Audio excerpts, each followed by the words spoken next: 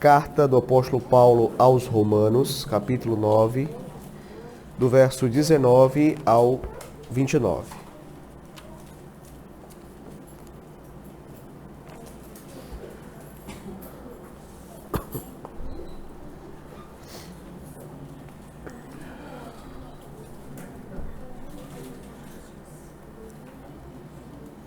Vamos manter nossas Bíblias abertas nessa porção. Antes de lermos, nós vamos fazer uma oração ao Senhor, suplicando o seu favor para com as nossas vidas nesta hora. Oremos. Senhor Deus, graças te rendemos, ó Pai, pelo grande privilégio de podermos nesta noite nos reunir em teu nome, para juntos buscarmos ao Senhor. Obrigado, Senhor, por tudo aquilo que o Senhor já tem falado aos nossos corações. Obrigado, Senhor, pela tua palavra que está diante de nós. Que o teu Espírito possa nos iluminar na leitura, na pregação, que possamos ter uma compreensão correta, fiel, exata das Sagradas Letras. Somos incapazes, somos pequenos, carecemos do Senhor, carecemos do teu Santo Espírito para nos iluminar, para nos capacitar, para nos auxiliar, Senhor, nesse momento em que nós estaremos nos debruçando sobre a Tua Palavra. Que, de fato, Senhor, o Senhor venha a falar aos nossos corações, que, de fato, venha a ser pregado tão somente aquilo que está de acordo com a Tua vontade, revelada para nós nesse texto. Assim, Senhor, eu te peço, assim eu te rogo, no nome do Senhor Jesus Cristo. Amém. Amém. Queridos, vamos vou ler, peço que você acompanhe em sua Bíblia Romanos 9, a partir do verso 19, que diz assim: Tu, porém, me dirás, de que se queixa ele ainda? Pois quem jamais resistiu à sua vontade? Quem és tu, ó homem, para discutires com Deus? Porventura pode o objeto perguntar a quem o fez, por que me fizestes assim? Ou não tem o oleiro direito sobre a massa, para do mesmo barro fazer um vaso para a honra e outro para a desonra? Que diremos, pois, se Deus, querendo mostrar a sua ira e dar a conhecer o seu poder, suportou com muita longanimidade os vasos de ira, preparados para a perdição, a fim de que também desse a conhecer as riquezas da sua glória em vasos de misericórdia, que para a glória preparou de antemão, os quais somos nós, a quem também chamou, não só dentre os judeus, mas também dentre os gentios, assim como também diz em Oséias: chamarei meu povo, chamarei povo meu, ao que não era meu povo, e amada, a que não era amada. E no lugar em que lhes disse: vós não sois meu povo, ali mesmo serão chamados filhos de Deus, filhos do Deus vivo. Mas, relativamente a Israel, dele clama Isaías: ainda que o número dos filhos de Israel seja como a areia do mar, o remanescente é que será salvo. Porque o Senhor cumprirá a sua palavra sobre a terra cabalmente e em breve. Como Isaías já disse: se o Senhor dos Exércitos não vos tivesse deixado descendência, ter-nos-íamos tornado como Sodoma e semelhantes a Gomorra. Até aqui, queridos, a leitura da palavra de Deus.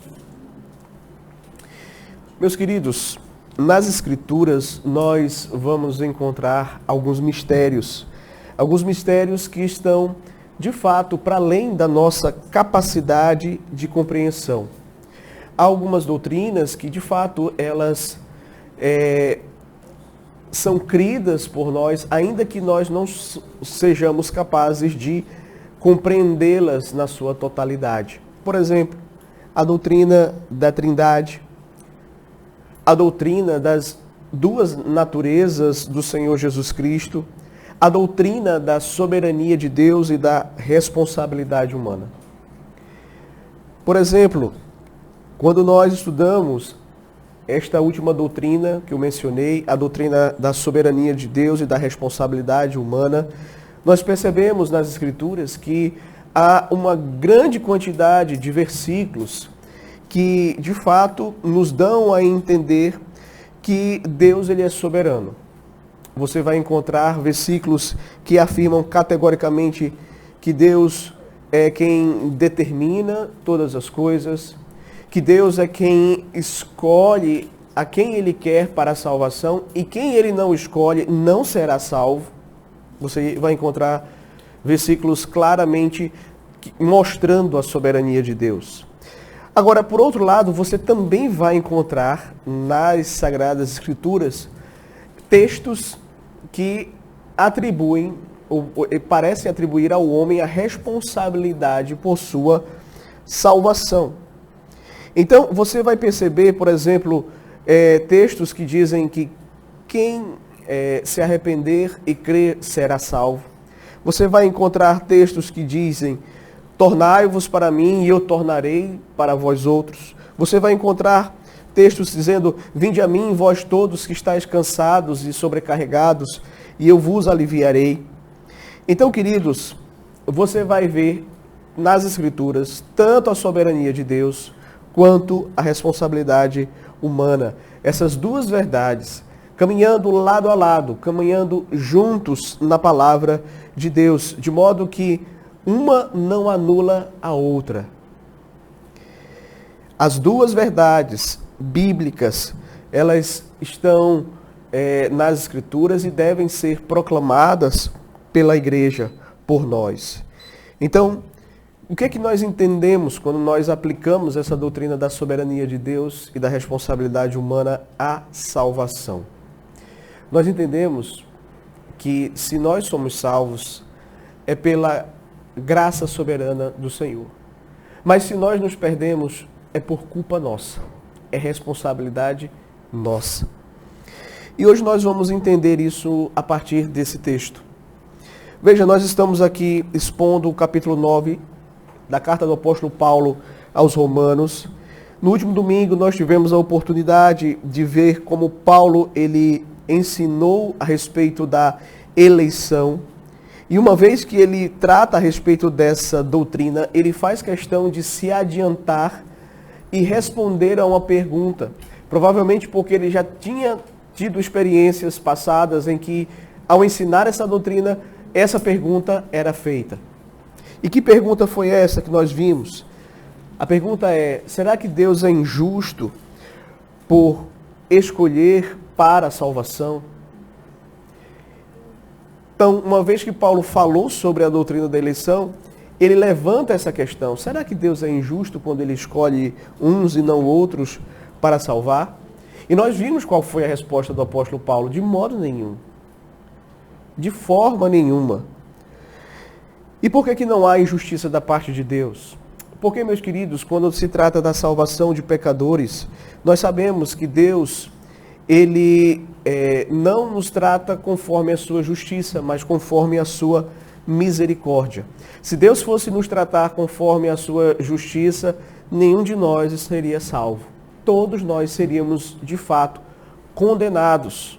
Por quê? Porque não há nenhum justo, não há nenhum sequer. Então, aqueles que são salvos, eles são salvos única e exclusivamente pela misericórdia de Deus. Única e exclusivamente pela misericórdia de Deus. E como nós vimos, a misericórdia é um atributo que Deus reserva para si o direito de exercê-lo com quem Ele quiser. Terei misericórdia de quem me aprover ter misericórdia. É o que diz a Escritura. É o que diz o Deus vivo. E ele também conclui dizendo que não depende de quem quer e nem de quem corre, mas de Deus usar a sua misericórdia. Contudo, queridos, Paulo também nos mostra, por outro lado, que Deus não somente tem misericórdia de quem quer, como também Deus, ele endurece a quem lhe apraz. E para falar desse tema do endurecimento, nós observamos no texto passado que Paulo tratou a respeito do exemplo de Faraó. E nós vimos ali as Escrituras afirmando claramente que, se por um lado Faraó endureceu a si mesmo, por outro Deus endureceu também a Faraó. Nós entendemos como é que acontece esse endurecimento da parte de Deus. Deus nunca endurece alguém que antes não tenha endurecido a si mesmo. Então, tendo Faraó a oportunidade, o privilégio de ver tantos sinais da parte de Deus, ele se endureceu. Deus, então, o entrega à sua própria incredulidade, o entrega aos seus próprios pecados, e assim ele vai sendo endurecido ainda mais. Então, queridos, diante de tudo isso, nós vamos perceber que o apóstolo Paulo, ele chega à seguinte conclusão no versículo de número 18. Logo, tem ele misericórdia de quem quer e também endurece a quem lhe apraz. Só que Paulo não para por aí. Paulo sabia que quando se trata da doutrina da eleição, muitos questionamentos são levantados.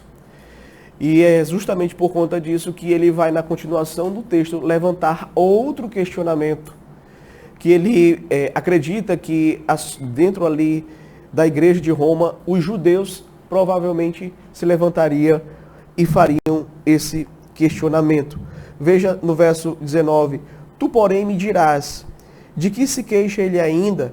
Pois quem jamais resistiu à sua vontade? Então veja, queridos, diante disso, nós vamos ver as respostas que o apóstolo Paulo dá a esse questionamento. Porém, antes eu quero trazer o tema da nossa mensagem nesta noite. A soberania de Deus não anula a responsabilidade humana na salvação. A soberania de Deus não anula a responsabilidade humana na salvação. Então, eu quero primeiro olhar com os irmãos aqui este questionamento que Paulo se antecipa e faz. Interessante que no verso 19 ele vai dizer assim, tu porém me dirás. O que mostra que ele de fato está se antecipando à pergunta que ele sabia que viria da parte dos seus ouvintes com base naquilo que eles acabaram de ouvir da parte do apóstolo Paulo, com base na doutrina da eleição. Então, ele se antecipa e diz assim, olha, eu sei que vocês vão dizer. Né? E qual é a pergunta, qual é a indagação, qual é a objeção que Paulo se antecipa a dizer que provavelmente alguém ia ter? De que se queixa ele ainda? Pois quem jamais resistiu à sua vontade? É como se ele estivesse perguntando, é como se esse inquiridor aqui que Paulo traz, ele estivesse perguntando, Paulo, vamos lá, deixa eu esclarecer uma coisa aqui com você. Se essa doutrina que você está ensinando, essa doutrina da eleição, ela é verdadeira, que Deus realmente escolhe a quem Ele quer para salvar, Ele tem misericórdia de quem quer, Ele endurece a quem lhe apraz. Então, por que Ele se queixa de nós ainda? Ou, em outras palavras, por que Ele vai nos culpar? Se no final das contas o que vai prevalecer é a vontade dEle, ninguém pode resistir à vontade dEle. Em nossos dias, nós ouvimos perguntas semelhantes quando muitas vezes nós falamos e ensinamos a respeito da doutrina da eleição. Você vai ver pessoas, por exemplo, questionando assim, né? Veja, se você está dizendo que Deus é quem escolhe para a salvação, então por que Ele vai me culpar por eu não crer no Filho dEle? Se no final das contas é a vontade dEle quem vai prevalecer e não a minha. Mas veja, queridos, é importante nós entendermos que esse tipo de questionamento que muitas vezes é levantado, não é um questionamento que reconhece com sinceridade a soberania de Deus, mas ele é como se fosse uma crítica, é como se fosse uma palavra de afronta de quem de fato não entendeu que a soberania de Deus não anula a responsabilidade do homem. A pessoa que faz esse tipo de questionamento é porque ainda não entendeu que a soberania de Deus não anula a nossa responsabilidade. Eu gostaria então de ver aqui a resposta que o apóstolo Paulo vai trazer em 3 pontos a essa questão. Primeiro, ele vai dizer que Deus tem o direito de lidar com os pecadores como ele quiser, como ele desejar. A partir do verso 20, Paulo passa então a responder aqui a pergunta do verso 19. E primeiramente ele vai dizer que Deus tem o direito de lidar com os pecadores como ele desejar. Veja aí o verso de número 20. Quem és tu, ó homem, para discutires com Deus? Paulo começa repreendendo a arrogância dessa pessoa que faz esse tipo de questionamento, ou que questiona a Deus dessa forma. A palavra que é utilizada pelo apóstolo Paulo aqui, discutires, na língua grega, é responder de volta. Ou também replicar. É alguém que está replicando, retrucando, respondendo de volta o Senhor. Paulo repreende essa arrogância, a arrogância do coração rebelde, de querer discutir com Deus, de querer discutir com a palavra de Deus, que está ensinando essa verdade. Você vai encontrar muitas vezes pessoas brigando com a palavra de Deus porque não aceitam aquilo que ela está ensinando.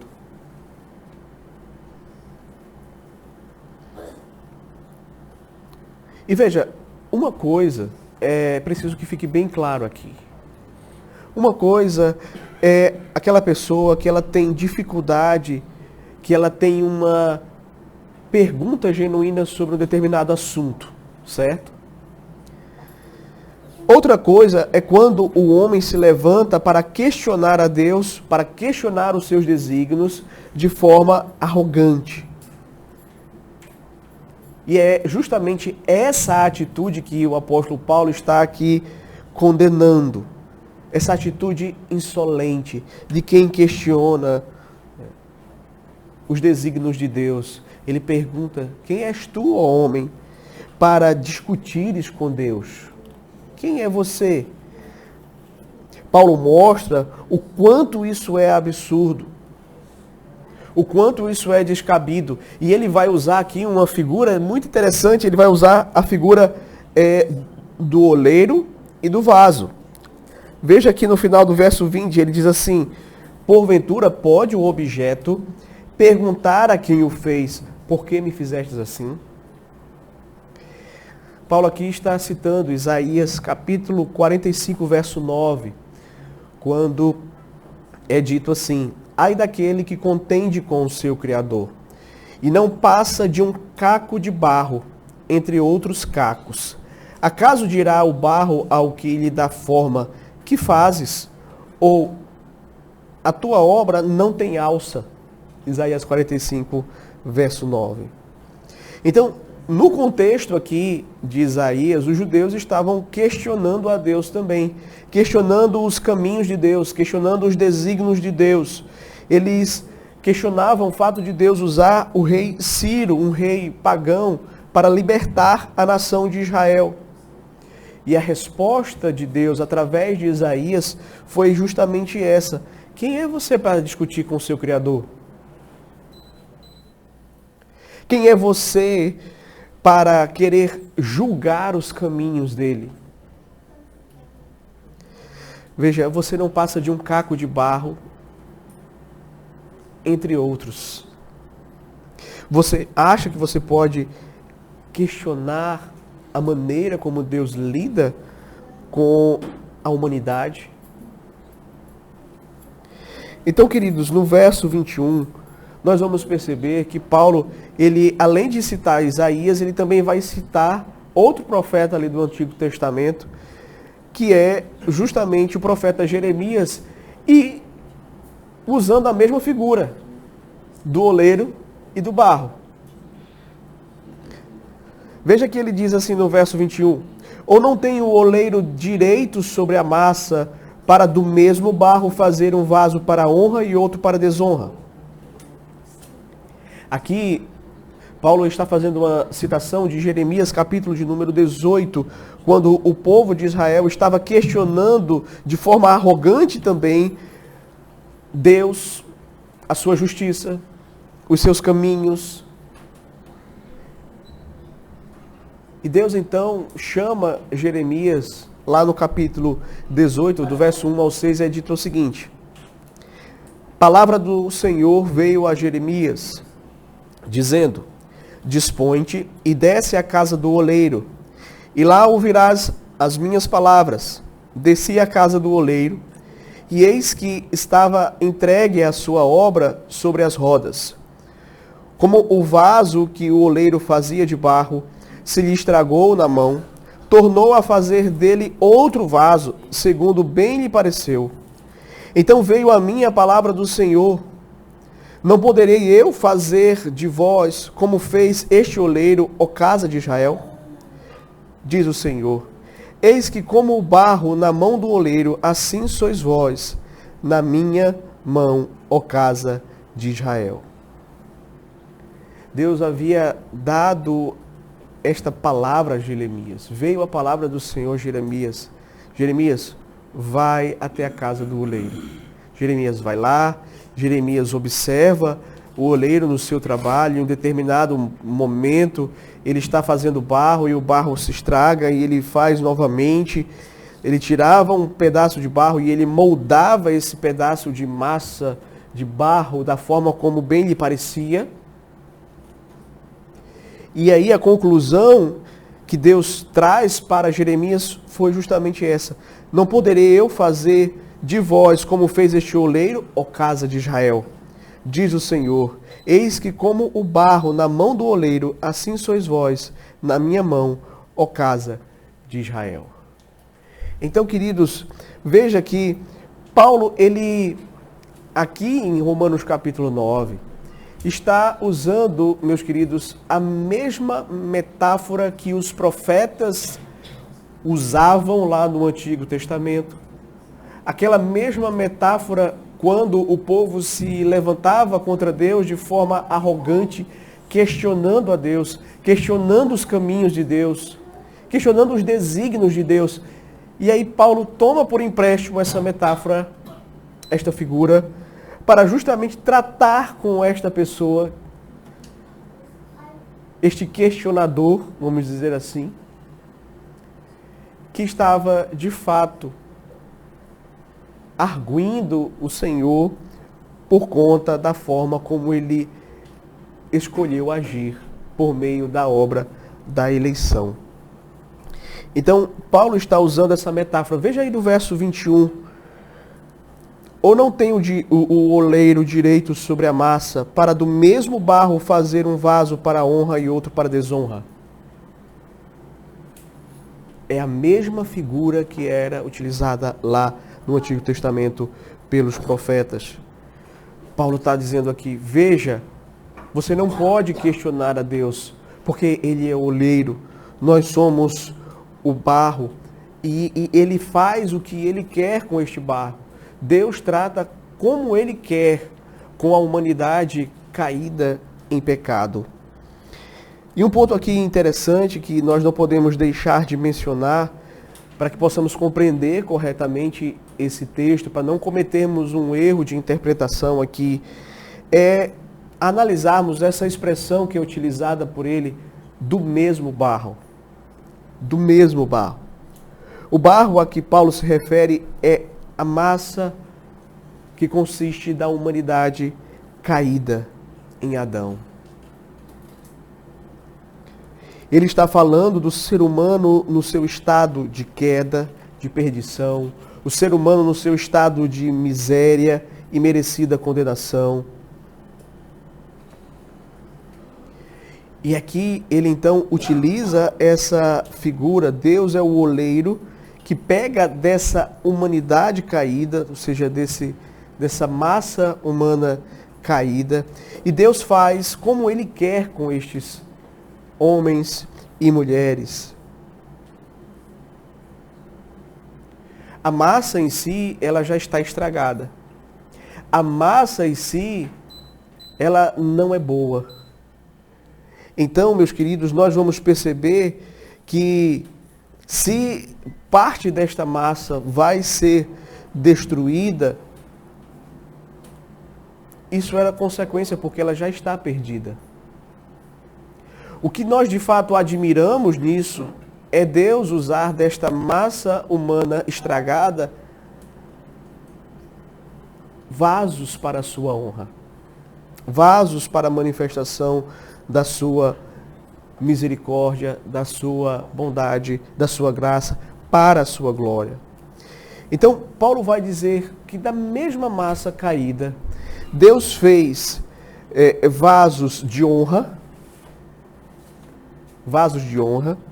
aqueles que de fato ele escolheu dentre toda a humanidade caída para salvar, eles são aqui comparados a vasos de honra diante do Senhor. E por outro lado, ele também menciona os vasos de desonra.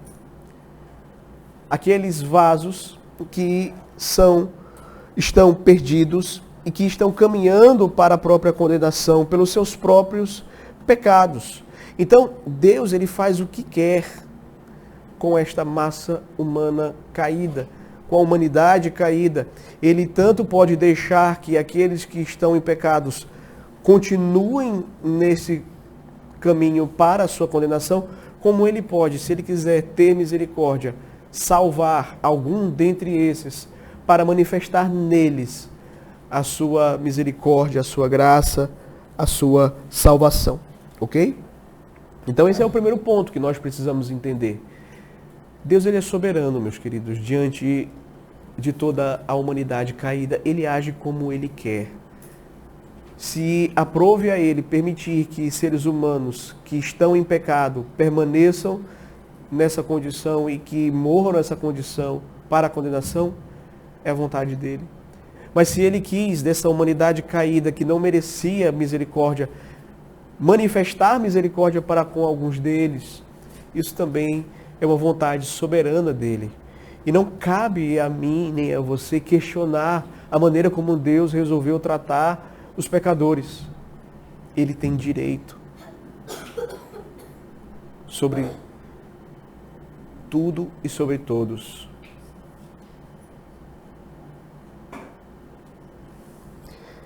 Segundo ponto que eu gostaria de destacar, que nós precisamos entender nessa perspectiva, é que Deus faz todas as coisas para a sua glória. O segundo ponto da resposta do apóstolo Paulo aqui encontra-se no verso 22 e 23. Que diremos, pois, se Deus, querendo mostrar a sua ira e dar a conhecer o seu poder, suportou com muita longanimidade os vasos de ira preparados para a perdição, a fim de que também desse a conhecer as riquezas da sua glória em vasos de misericórdia, que para a glória preparou de antemão. Então veja, o argumento de Paulo aqui, nesses dois versos, resumidamente, é justamente esse. Deus faz todas as coisas para a sua glória. Quando ele prepara vasos de honra, quando ele escolhe de dentre a humanidade caída homens e mulheres para manifestar neles a sua bondade em graça e misericórdia, meus queridos, ele está fazendo isso para a sua glória. Entretanto, quando ele suporta os vasos de ira, preparados para a perdição, ele também está fazendo isso para a sua glória, porque ele vai revelar neles a sua ira, a sua justiça, o seu poder e, consequentemente, ele também será glorificado. E não há nada de errado em Deus manifestar a sua glória, porque ele é o Deus soberano. Ele é o Deus único. Ele é o Deus que comanda todo o universo. Então, como revelar a sua glória é algo próprio de Deus, não há nada de errado disso. Deus faz tudo para a sua glória. Ele é glorificado nos que se salvam. Ele também é glorificado naqueles que se perdem. Em ambos, Deus vai ser glorificado. Agora, eu quero chamar a atenção dos irmãos para alguns pontos importantes aqui nesses dois versos. No verso 22, veja que é dito: que diremos, pois, Se Deus, querendo mostrar a sua ira e dar a conhecer o seu poder, suportou com muita longanimidade os vasos de ira preparados para a perdição. Você vai ver que em nenhum lugar do texto diz que Deus preparou esses vasos para a perdição. Na verdade, o texto diz que Deus suportou esses vasos de ira que já estavam preparados para a perdição. Deus os suportou. Porque eles já estão preparados. E de que forma eles se prepararam para a perdição? Eles se prepararam para a perdição por meio de uma vida de desobediência a Deus. Eles se prepararam para a perdição por meio de um amor ao pecado. Eles se prepararam para a perdição desprezando a palavra de Deus. Então, esses que vivem assim, eles estão se preparando para o dia da condenação, para o dia da perdição. E Paulo diz aqui que Deus suportou eles com paciência. Veja, essas pessoas, Deus foi muito paciente com elas. Deus permitiu que elas vivessem, que elas desfrutassem das coisas boas que há nesse mundo, de que elas usassem as coisas boas, as bênçãos que Deus havia dado para eles, em termos de sustento, em termos de capacitação, usassem essas coisas para pecar contra Ele.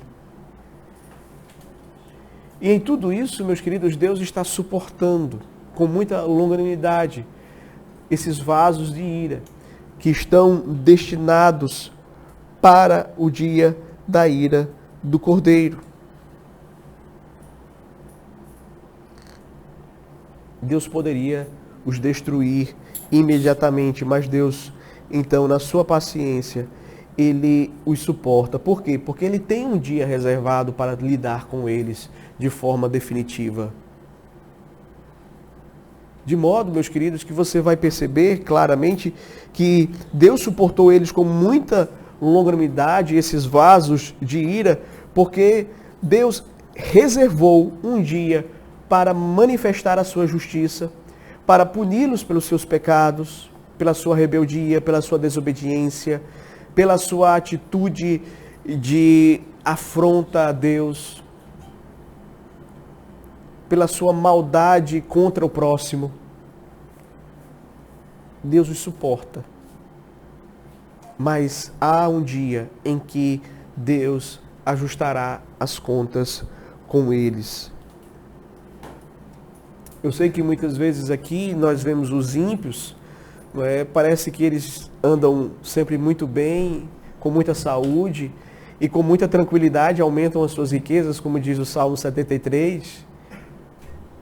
Mas a gente não pode deixar de atentar para o fim deles. O fim deles é a destruição. Em seguida, vejamos a glória de Deus naqueles que são salvos, verso 23. A fim de que também desse a conhecer as riquezas da sua glória em vasos de misericórdia, que para a glória preparou de antemão. Veja, nós estamos estudando aqui que, enquanto seres humanos pecadores, nós não temos direito à misericórdia de Deus. Mas Paulo nos diz claramente que Deus soberanamente resolveu dar a conhecer a sua glória, exercendo misericórdia sobre nós, não permitindo que nós seguíssemos o rumo natural dos nossos pecados, que é a condenação, mas Deus veio e fez uma intervenção em nossa vida e nos arrancou da escravidão do pecado, do império das trevas, deste mundo que jaz no maligno, e nos separou para Ele, para que fôssemos vasos de honra em sua casa, para que Ele fosse glorificado nesses, pela salvação operada neles. Então aprove a Deus preparar vasos de misericórdia para revelar através deles a riqueza da sua glória. Enquanto que no verso anterior diz que os pecadores, eles mesmos se prepararam para o dia do juízo. Aqui é dito que Deus preparou estes vasos de misericórdia a fim de dar a conhecer a riqueza da sua glória e da sua bondade e da sua graça. Isso mostra, queridos, que o homem que é salvo pela graça de Deus. Mas se ele se perde, é culpa dele. Ele não pode dizer, não, foi o Senhor, foi os desígnios do Senhor. Deus quis que eu fosse perdido, que eu fosse para o inferno. Então eu sou apenas uma marionete. Não. Você peca porque você quer. Você desobedece porque você quer. Você não vem à igreja e você não abre a Bíblia e você não quer saber do Evangelho porque você realmente está determinado a não querer Deus. Você quer outra coisa, você quer os seus objetivos, os seus planos, a riqueza, o poder, os ídolos do seu coração. Essas coisas você quer, mas você não quer Deus. Terceiro e último, os homens são responsáveis pela sua própria perdição. Nesses 6 versos que vem aqui adiante, Paulo vai mostrar que a queixa de Deus é justa. Deus se queixa da incredulidade ali dos judeus. Veja, ele está tratando aqui com os judeus. Porque você vai perceber que os judeus, eles em diversos momentos da história demonstraram rebeldia contra a vontade de Deus. E em diversos momentos, por meio dos profetas, Deus vai se queixar do povo. Deus vai se queixar de Israel. Uma prova disso é que, de fato, os profetas, ao mesmo tempo que se queixavam da incredulidade de Israel, diziam que Deus haveria de levantar outro povo em lugar de Israel. Você vai observar no Antigo Testamento essa temática repetidas vezes. Deus haveria de chamar dentre os gentios um povo para salvar, para resgatar, justamente porque Israel não cumpriu o seu propósito, sua missão. No verso 24, Paulo começa mostrando quem são esses vasos de misericórdia que ele mencionou no verso 23, os quais somos nós, a quem também chamou não só dentre os judeus, mas dentre os gentios. Então, você vai perceber que Paulo ele está aqui escrevendo a sua carta aos romanos. Ele sabia que ali haviam gentios, haviam judeus na igreja. E ele diz, esses vasos de misericórdia somos nós, tanto os gentios como os judeus. Ele está mostrando que a igreja que Cristo escolheu é composta de crentes, tanto judeus como gentios. Observe que Paulo afirma que Deus chamou esses vasos de misericórdia não somente dentre os judeus, mas também dentre os gentios. Esse Israel espiritual, que é o tema da passagem, certo? Porque a grande questão é, o plano de Deus para com Israel falhou?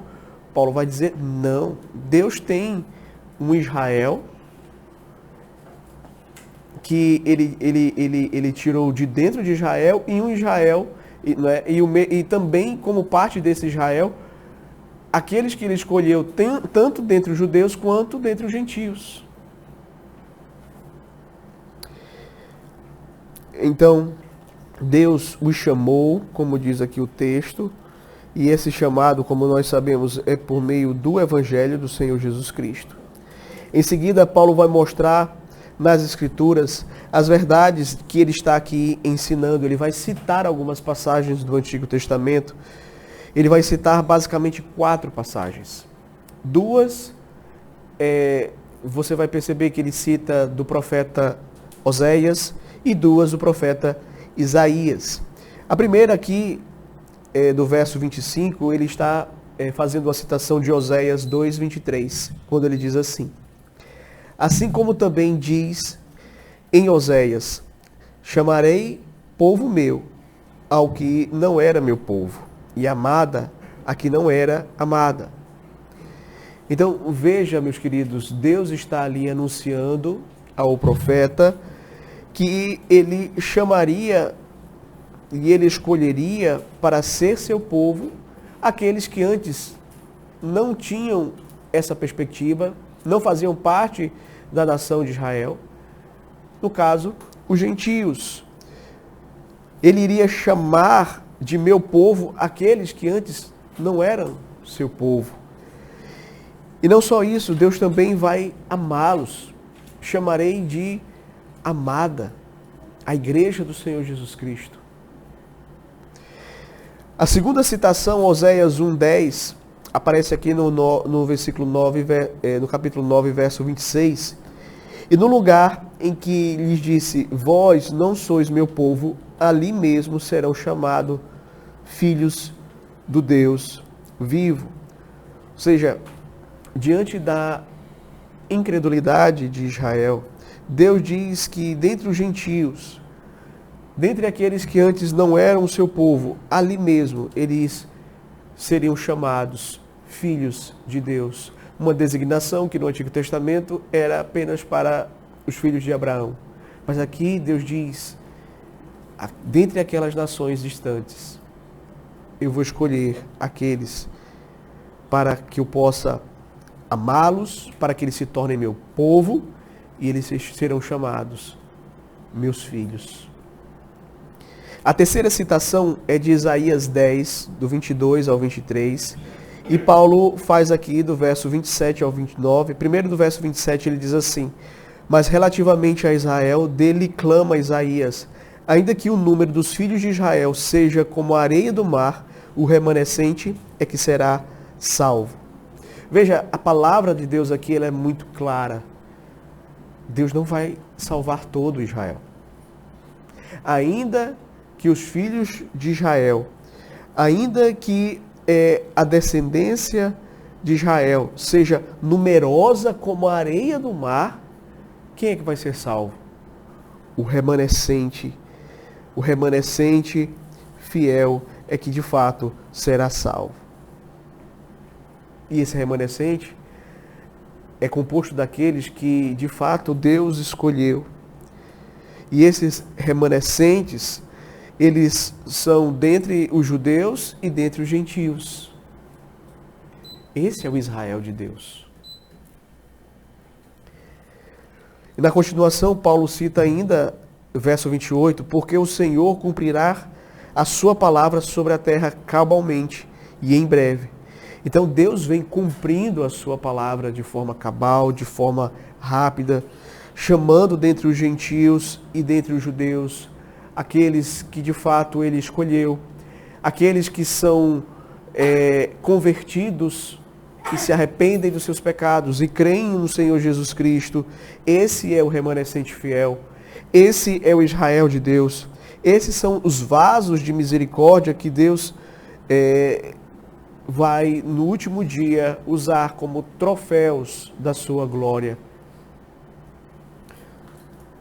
E a última citação aqui no verso 29, ele diz assim, como Isaías já disse, se o Senhor dos Exércitos não nos tivesse deixado descendência, ter-nos-íamos tornado como Sodoma e semelhantes a Gomorra. Então, Sodoma e Gomorra eram na antiguidade um símbolo de total depravação, de completa corrupção. Isaías diz que, de fato, Israel era como Sodoma e Gomorra. Se Deus não tivesse exercido misericórdia sobre Israel, se Deus não tivesse escolhido Israel, se Deus não tivesse suscitado uma descendência espiritual de dentro de Israel, eles seriam como Sodoma e Gomorra. Então, o ponto da argumentação aqui do apóstolo Paulo nessa passagem é justamente isso. Por que que o ser humano se queixa? Por que que há nos judeus essa queixa? Se Deus resolveu escolher a um e não a outro, por que que ele vai me culpar? Se Deus tem um Israel dentro da nação de Israel, por que que ele vai me culpar? E Paulo vai dizer claramente que o homem não pode se esconder por trás dessa atitude arrogante, desses questionamentos que demonstram uma não compreensão da soberania de Deus e da responsabilidade humana. Ele pode sim se queixar do homem, ele pode sim culpar o homem, porque o homem ele é responsável pelas suas ações. E Deus, de fato, o cobrará de cada um. Não só ações, como palavras, pensamentos. E Paulo vai dizer aqui, se Deus não nos tivesse escolhido e suscitado um remanescente de dentro de Israel, nós, de fato, teríamos o mesmo destino de Sodoma e Gomorra. Não havia diferença nenhuma. Só que, meus queridos, Deus não somente escolheu alguns dentre os filhos de Abraão para serem salvos, mas Ele também escolheu dentre os gentios, pessoas de outras nações, para comporem o seu povo, de forma que no último dia, a palavra de Deus é clara ao afirmar que diante do Cordeiro estarão pessoas de todas as tribos, povos, línguas, nações, dizendo: o Cordeiro que foi morto é digno. Digno é o Cordeiro de receber honra, louvor e glória para sempre. Então, naquele grande dia, o povo de Deus se mostrará como um só povo, chamado de todas as nações.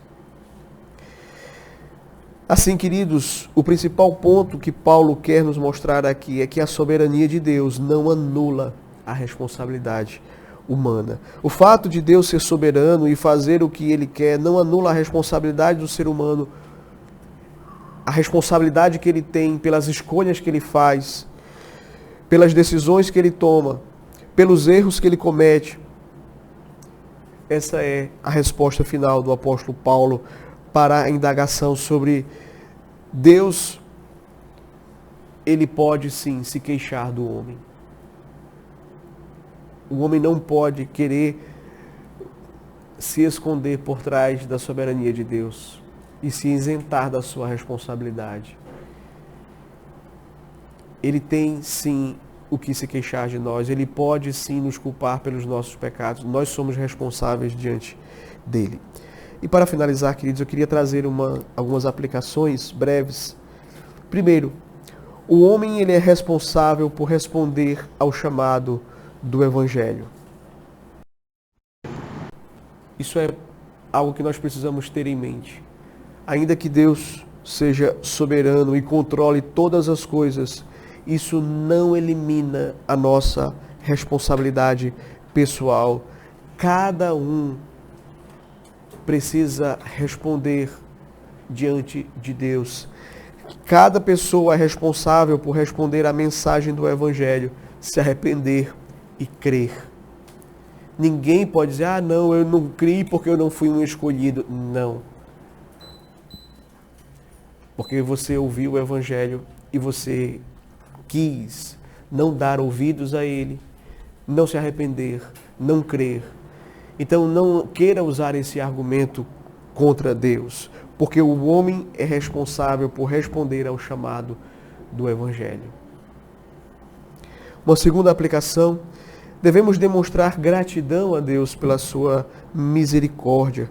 Veja, nós fomos vasos de misericórdia, fomos feitos vasos de misericórdia, vasos de honra diante do Senhor. Nós que fomos tirados daquela massa humana caída, daquele barro estragado, que merecia ser lançado no fogo eterno, mas Deus pegou este barro, Deus moldou esses vasos de misericórdia para manifestar neles a sua bondade, a sua graça, sua misericórdia, para que o nome dele seja glorificado em nós, para nos apresentar naquele grande dia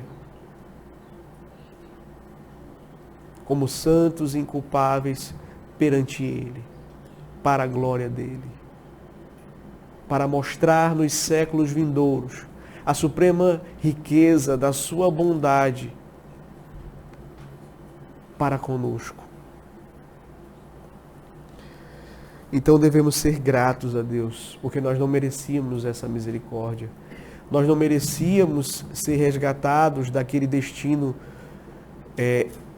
terrível que nos aguardava. Mas Deus nos amou. E nos amou ao ponto de enviar o seu Filho Jesus para morrer por nós.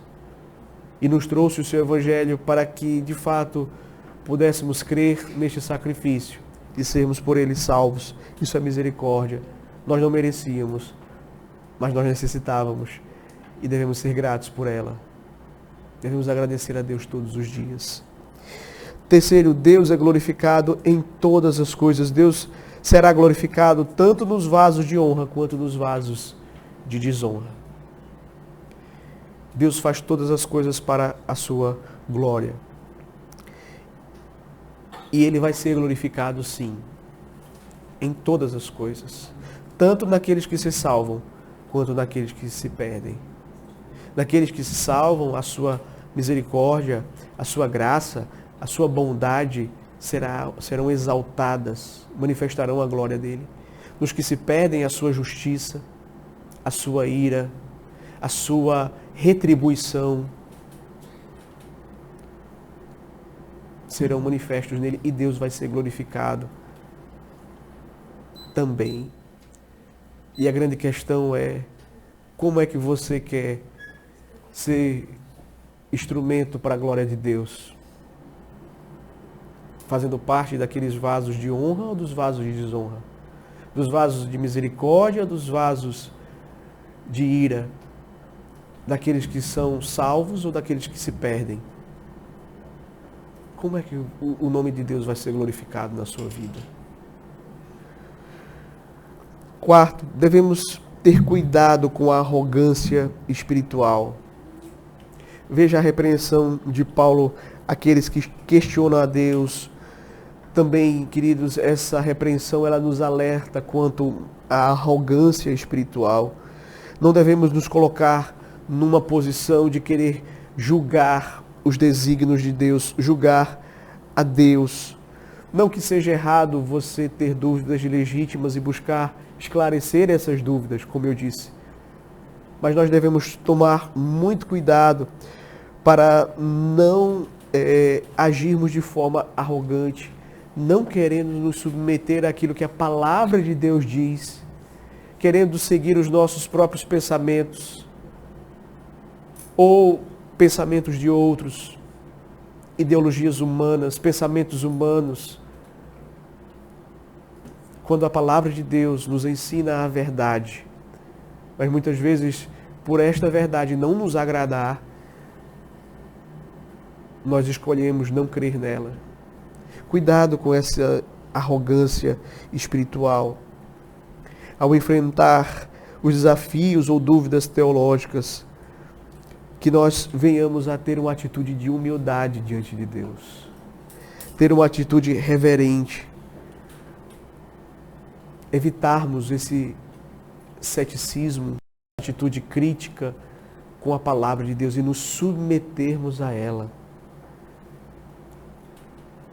E veja, queridos, é difícil isso, porque nós fomos muitas vezes forjados, principalmente aqueles que não cresceram no ambiente cristão, de que você é o centro de tudo, de que você tem todos os direitos, de que você é bom. Mas a palavra de Deus ensina o contrário. Nós somos pecadores. Nós não temos direito à misericórdia. Se Deus exerceu misericórdia, foi porque Ele quis. E nós devemos ser gratos a Ele por isso. E se Ele permite que alguns se percam, é justiça dEle. Ele é justo. Não é que dos bons Ele escolheu alguns e disse, olha, desse grupo aqui de pessoas boas, inocentes e justas e retas, eu vou escolher alguns. Não, só tinha pecador. Todos mereciam o inferno. Se Ele quis salvar alguns, é mérito dEle, é glória para Ele. Então nós precisamos nos submeter ao ensino das Escrituras, à justiça de Deus, à soberania de Deus, entendendo que esta soberania, ela não anula a nossa responsabilidade. Que Deus nos abençoe e que Ele nos ajude nessa tarefa. Amém. Amém.